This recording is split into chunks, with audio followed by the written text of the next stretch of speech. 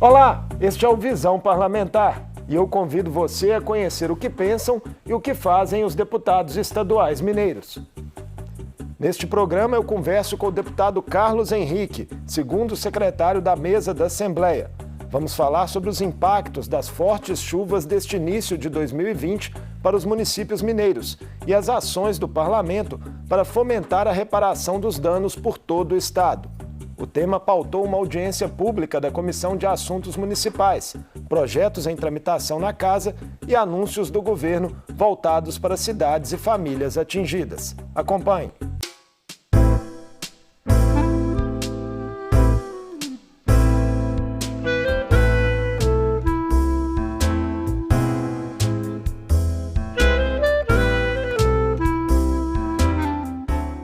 Ações de prevenção, articulação e planejamento de longo prazo, além de uma gestão compartilhada entre as 3 esferas de governo, federal, estadual e municipal. Estes foram alguns dos pontos defendidos em audiência pública da Comissão de Assuntos Municipais da Assembleia, que debateu os impactos das fortes chuvas de janeiro e fevereiro em Minas. 196 cidades decretaram situação de emergência, mais de 50 pessoas morreram e milhares ficaram desabrigadas. Sobre as ações fundamentais para o enfrentamento das constantes enchentes ocorridas no estado, eu converso com o deputado Carlos Henrique, do Republicanos. Bem-vindo, deputado. Obrigado, Marcos. Quero saudar os amigos e amigas da TV Assembleia.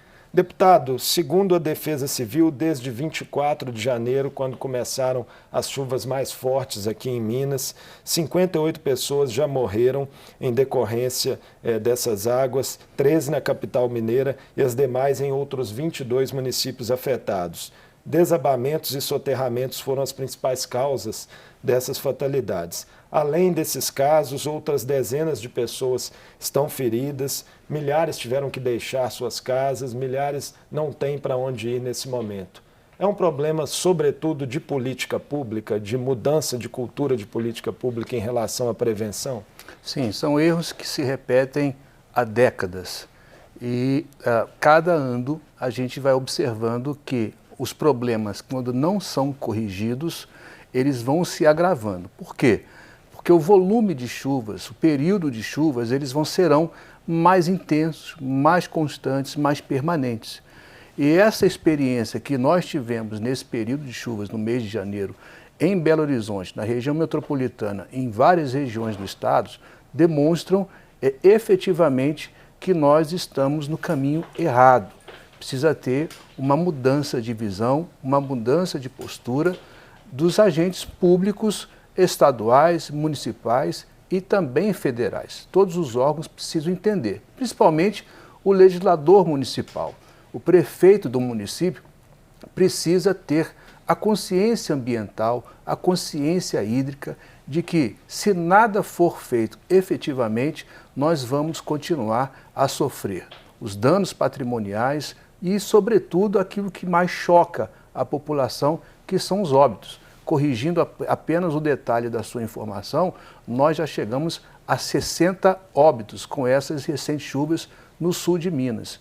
Então, a audiência pública que nós fizemos aqui na Assembleia, ela foi incentivada, estimulada pela minha visita no bairro Betânia, na Vila Betânia, onde eu visitei dezenas de casas, presenciei o drama das pessoas que perderam efetivamente tudo, perderam o seu patrimônio, perderam a sua história e ficaram abrigados em casas de amigos, não estão nem alojados sob os programas da Prefeitura. E o senhor relatou dificuldades de interlocução com a Prefeitura Municipal de Belo Horizonte.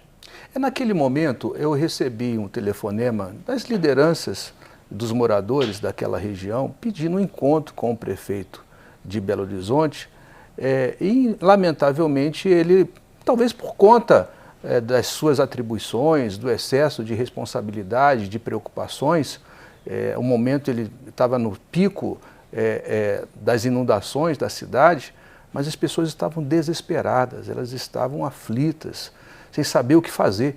E pedimos um encontro para que pudesse ele ouvir, simplesmente ouvir, as reivindicações das pessoas, o que o poder público municipal poderia fazer, quais são os comprometimentos com essas pessoas. Enfim, lamentavelmente o prefeito não as recebeu, não autorizou que nenhum secretário pudesse receber. Achei que foi até um pouco deselegante da parte dele, porque nesse momento nós precisamos unir forças. E a ideia era, dentro do nosso trabalho parlamentar, como que nós poderíamos também contribuir por meio de sugestão, por meio de emenda parlamentar, por meio de envolvimento maior da própria Assembleia, que ela de pronto tem respondido por meio da proposta de lei. Vamos falar sobre isso. Vamos falar sobre isso, né? A Assembleia, como resposta, né, a esses impactos das chuvas, anunciou alguns projetos de lei, algumas providências, né? Não só a audiência que foi feita na Comissão de Assuntos Municipais para fomentar esse debate, mas temos um projeto de lei em tramitação na Casa, que já foi aprovado em primeiro turno no plenário, que autoriza o Estado a antecipar parcelas da dívida com os municípios, né, que começariam a ser pagas agora no início de 2020, mas autorizando o Estado a fazer uma antecipação maior dessas parcelas para essas cidades, né, que estão em situação de emergência. E, além disso, a isenção de taxas de documentos para pessoas que perderam, né, seus documentos e também para os veículos que foram arrastados pelas enchentes. São providências que o senhor considera importantes nesse momento para aliviar um pouco esses impactos no âmbito das atribuições do Parlamento? Dentro da atribuição do Parlamento, são medidas que cabem ao próprio Parlamento naquilo que compete a ele, aquilo que a Constituição lhes permite fazer. Então, dentro dessa atribuição, acho que a resposta ela foi imediata, foi muito cirúrgica, para que a gente pudesse minimizar os efeitos e os dramas que os municípios e os cidadãos estão vivendo nesse momento. Os municípios que foram atingidos, muitos deles vivem de repasses governamentais, né? Então é um recurso que o Estado deve a esses municípios e que estão fazendo a antecipação desse crédito, vamos assim dizer. Então isso vai fazer com que os municípios possam operar com mais eficiência e com mais emergência nesse momento de crise. E alguns representantes desses municípios estiveram presentes aqui na Comissão de Assuntos Municipais e relataram realmente demandas muito urgentes, né? Precisa dar uma solução para as pessoas, sobretudo as desabrigadas nesse momento. Como já foi decretado o estado de emergência para estes municípios, são 196 municípios com essa situação, o estado de emergência reconhecido pelo governo do estado facilita com que a burocracia não seja um empecilho para que esses legisladores ou os técnicos municipais possam efetivamente agir nesse momento. A audiência pública, acredito que ela cumpriu o seu papel de dar voz à população, de trazer aqui diversas autoridades envolvidas nesse assunto das chuvas e elucidou muitas dúvidas e trouxe um afago, uma esperança muito grande para o cidadão que aqui compareceu, e foram centenas de pessoas. Tiramos desta audiência pública algumas sugestões feitas pelos deputados e deputadas que compareceram, que foi um crédito para aquisição da linha branca, de equipamentos da linha branca para os atingidos. Será importante nesse processo, né, de retomarem suas residências, né, suas reconstruir moradias. as suas vidas, enfim, que perderam literalmente tudo: geladeira, fogão, guarda-roupa, cama, colchão, alimentos, roupas, documentos, perderam literalmente tudo, eletrodomésticos diversos. Então é uma medida que nós sugerimos por meio de requerimento. Agora, tiveram algumas preocupações, elas foram importantes e pontuais nessa audiência e que nos causou uma certa preocupação, uma perplexidade. O que foi? Rejeitos de minério foram encontrados em diversas residências dos atingidos. Pedras de minério. Na limpeza das casas, das ruas, os moradores relataram que havia, além do barro, havia esses rejeitos de minério.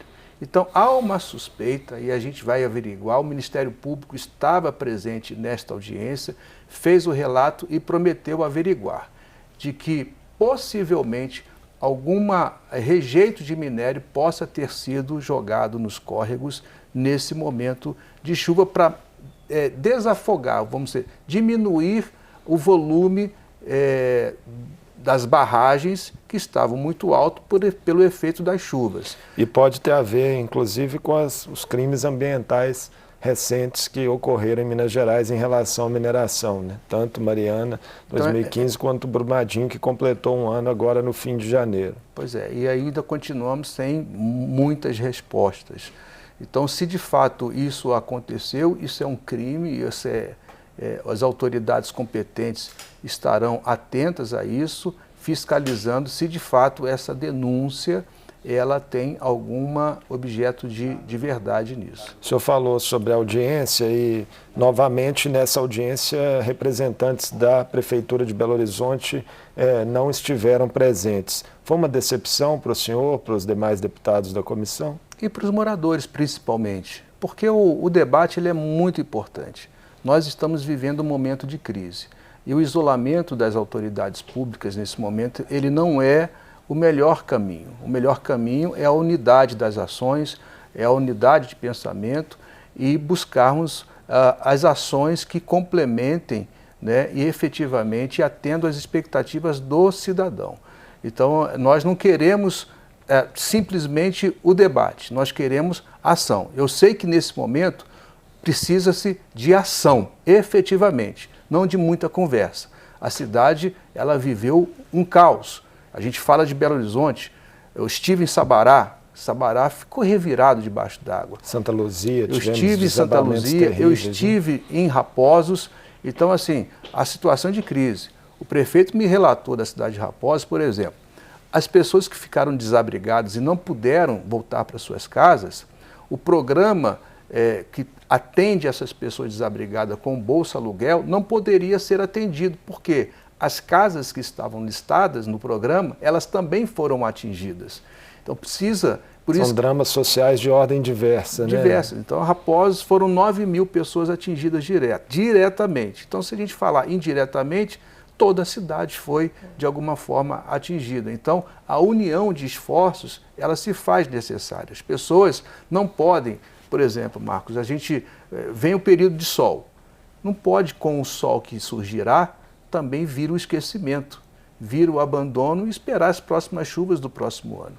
Então, o que nós vamos fazer efetivamente? É essa resposta que as pessoas querem. Porque Belo Horizonte... tanto em políticas públicas, né, deputado, como no próprio comportamento pessoal da sociedade, né, que também, muitas vezes, acaba com maus hábitos, contribuindo para entupir bueiros, enfim. Mudar o comportamento, mudar a cultura, entender que córregos, nascentes, eles são importantes para nós. Eles fazem parte do nosso convívio. Nós precisamos conviver bem com as nascentes que existem. Muitas estão mortas, estão assoreadas. Os rios não podem ser tratados como fundo de lixo, de depósito de lixo. E se a gente trata aquilo que nos faz bem de forma desumana, de forma irresponsável, nós vamos sofrer as consequências. Se nós pensarmos tão somente em obras públicas para privilegiar veículos na nossa cidade e as construções diversas, nós vamos sofrer danos futuros, irreversíveis, porque nós estamos alterando o leito dos rios, estão fazendo ele em linhas retas, desnaturalizando os caminhos dos rios e tornando eles uma caixa d'água, quer dizer, um caminho reto. Eles vão inundar, eles vão transbordar, causando os estragos que tem causado. E junto com isso o alerta de ambientalistas de que esse volume de chuvas talvez seja o novo normal, né? Com o qual tenhamos que conviver daqui para frente. Os efeitos da natureza, eles serão infelizmente, cada vez maiores. Você tem uma noção, uma grande placa de gelo da Antártica se descolou do tamanho da cidade de Brasília, está indo em direção ao mar. Ele vai se derreter, o volume do mar ele vai subir. Ou seja, então nós vamos ter efeitos da natureza que vão continuar causando catástrofes, vão continuar causando mortes por conta do aquecimento global. Isso é uma realidade. Ainda que pessoas ignorem e falem que é uma falácia, a prova de que não é, a prova de que há um descontrole, um desarranjo da natureza, e isso demonstra-se nos grandes efeitos causados pelas chuvas. É exigir cada vez mais respostas concretas, né, do poder público no âmbito do governo do Estado. Pelo acompanhamento que a Comissão de Assuntos Municipais fez, o governo tinha investido em prevenção de forma suficiente no ano passado? Há um debate também em torno da necessidade de se aumentar agora a prioridade para essas políticas, né, em relação às áreas de risco. Por exemplo, temos um próprio projeto de lei já aprovado na Assembleia, né, que determina prioridade nas políticas de habitação para retirar essas pessoas de áreas de risco. São duas perguntas. Os investimentos para catástrofes ou prevenção de enchentes, eles têm sido, a cada governo tem sido menor. Então, o valor orçamentário que prevê esse tipo de prevenção, ele é em torno de 20% do orçamento, até 20%. É um contrassenso, né? Se a gente imaginar os Vamos gastar que muito mais. Para recuperar Belo Horizonte, o valor previsto é de 300 milhões de reais. Qual o valor de Sabará? Qual o valor de Raposo? Qual o valor de Santa Luzia? Qual o valor das cidades do sul de Minas que estão atingidas, de Governador Valadares que foi atingido, está sendo atingido nesse momento? Ou seja, não é inteligente, é preciso fazer aquelas obras que os governantes dizem que não aparecem, que não trazem votos, são as obras mais do que necessárias. Então, precisa mudar o conceito, precisa mudar a visão, precisa mudar prioridades, né? É preciso priorizar efetivamente os investimentos que atendam à vida das pessoas, que priorizem a vida do cidadão, que minimizem os efeitos das chuvas que virão.